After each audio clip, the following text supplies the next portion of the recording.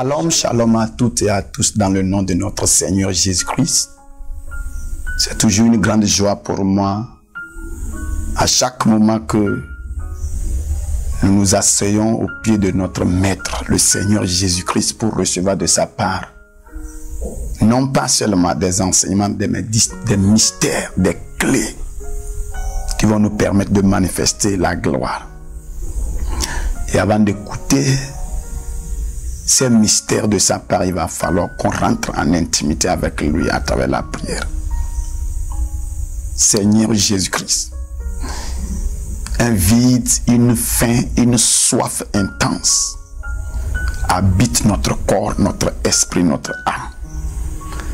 Et la seule chose qui pourra combler, remplir ce vide, c'est ta parole.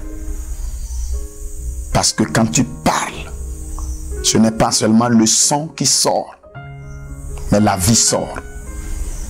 Non pas seulement la vie, mais la gloire. La beauté de l'existence sort de ta bouche. Nous sommes exposés à toi. Parle, afin que nous soyons changés au nom de Jésus-Christ. Amen.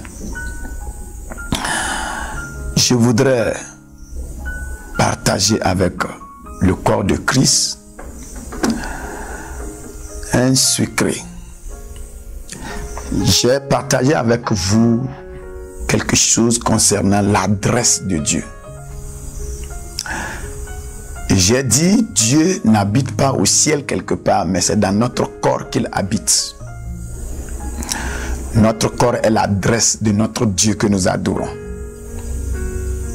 1 Corinthiens chapitre 3 verset 16, la Bible dit, ne savez-vous pas que votre corps est le temple de Dieu? Alors aujourd'hui, je voudrais aller encore en profondeur pour détecter si Dieu habite dans notre corps. C'est dans quelle partie effectivement il se loge. Quelqu'un va me dire que oui, Dieu habite en nous, dans notre esprit. Oui. Alors notre esprit se trouve où dans notre corps? Où se loge notre esprit? Si Dieu est dans notre esprit, alors notre esprit se trouve où? Je voudrais que nous comprenions quelque chose de si profond.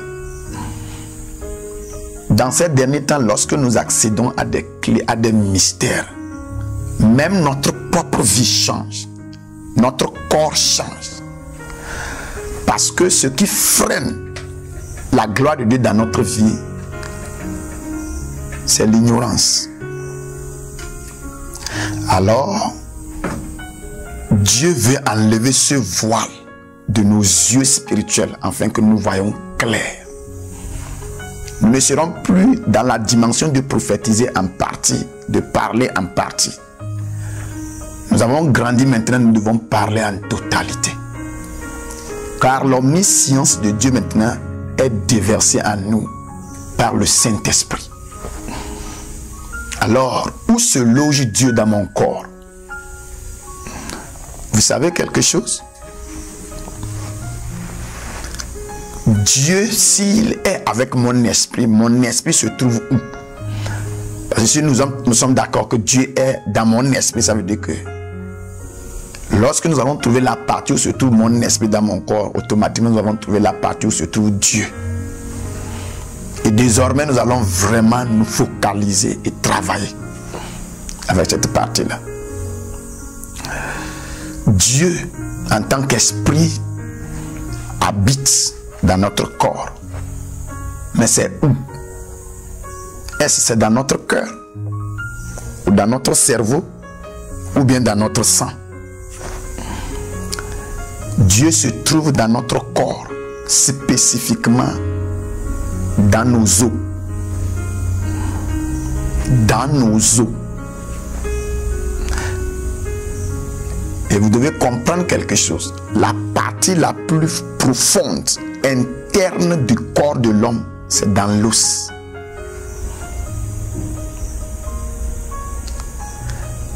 L'os ou le squelette de l'homme est le temple dans lequel habite Dieu. Comprenez quelque chose. La main de l'Éternel descendit sur Ézéchiel.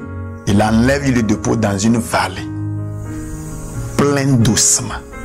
La vallée était pleine d'ossements. Les os étaient presque partout. Ces hommes-là ont perdu leur corps, leur peau, leurs tendons, leurs ligaments.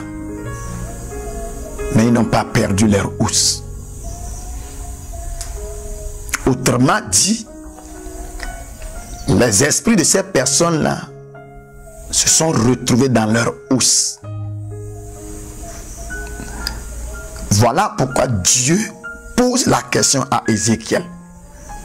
Est-ce que ces os peuvent revivre? Autrement dit, est-ce que l'esprit peut se manifester? Y a-t-il encore l'esprit dans ces os? Et à la fin, nous avons vu que quelque chose s'est passé. Rien de nouveau. Mais les os eux-mêmes ont commencé par exécuter à la parole d'Ézéchiel, à la prophétie d'Ézéchiel.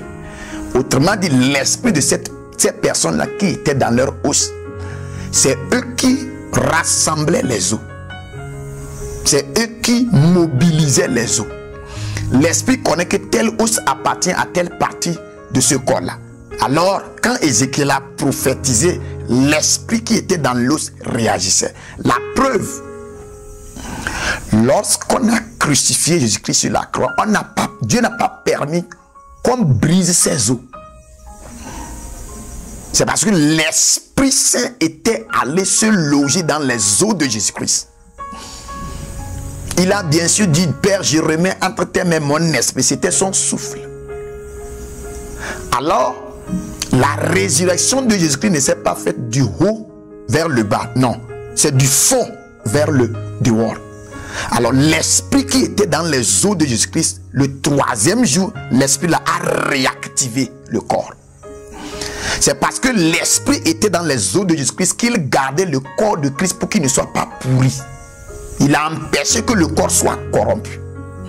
Bien sûr, Lazare était mort. Les gens vont croire que l'esprit de Lazare est parti quelque part. Non, c'était dans ses os. Alors Dieu peut parler. Jésus-Christ a parlé à l'esprit qui était caché dans les os. Et automatiquement, l'esprit a réanimé le corps. L'esprit de l'homme ne se trouve pas dans son sang. Il se trouve dans ses os. Voilà pourquoi lorsque l'esprit est activé, ça touche la moelle épinière. Et c'est la moelle épinière qui est responsable de la création du sang et de l'ADN.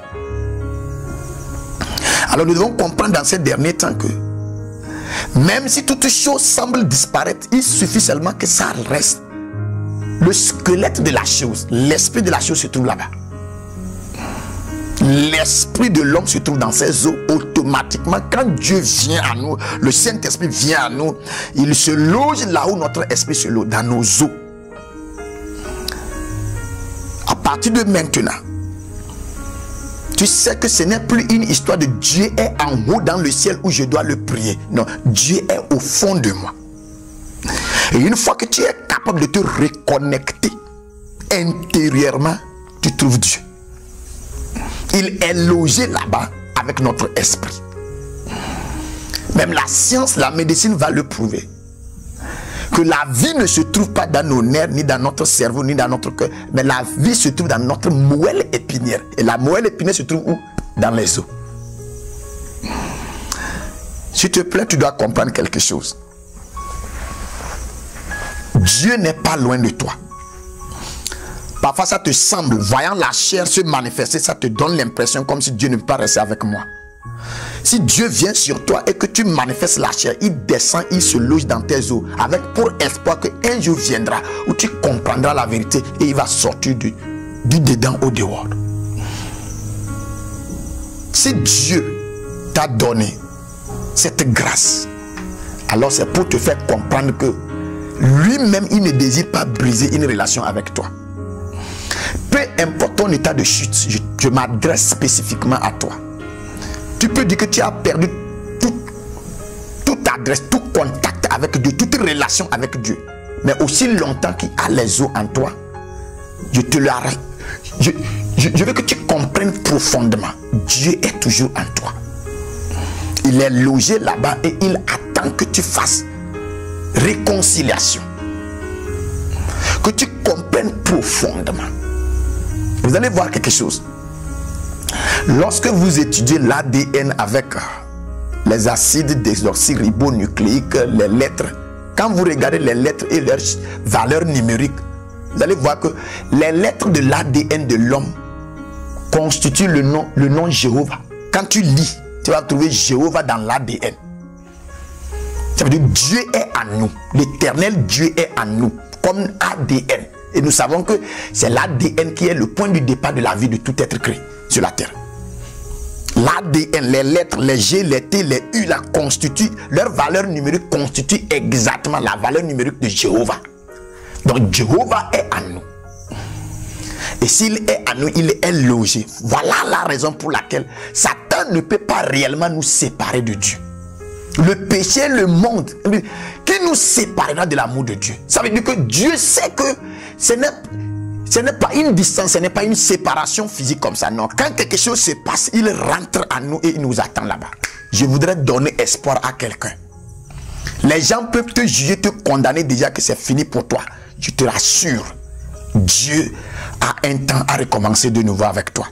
Dieu n'est pas loin de toi. Tu peux être dans n'importe quelle situation. Tu peux tomber le plus bas. Tu peux te retrouver au bas de l'échelle. Ta vie aujourd'hui peut ne même pas ressembler à la vie d'un chrétien. Dieu est avec toi là-bas.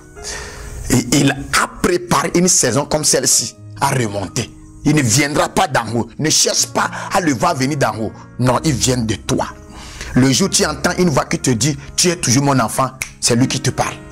C'est lui qui est en train de s'adresser à toi. Dieu est dans nos os, dans notre corps.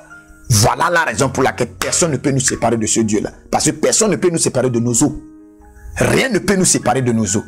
N'importe quoi peut consommer notre corps, notre sang, mais ça ne peut pas consommer les os. Voilà pourquoi quand quelqu'un est mort, il peut perdre les tendons, les ligaments, tout, mais les os, il ne peut pas perdre. Et le jour de l'enlèvement, lorsque Jésus-Christ reviendra, il va envoyer nos esprits dans les os. Et c'est l'esprit qui va rentrer dans les os. C'est-à-dire, le corps va pourrir, ça va rester seulement les os. Et l'esprit va rentrer là-bas, réamener la chair. Et c'est la résurrection. Et on sera glorifié. Et on va aller. Dieu est en nous, dans nos os. Prends ce message et rebrille encore, car le Seigneur veut faire de nouvelles choses avec nous.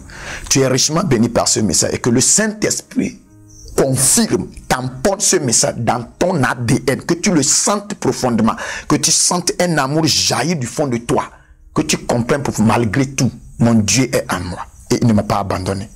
Tu es béni. Shalom.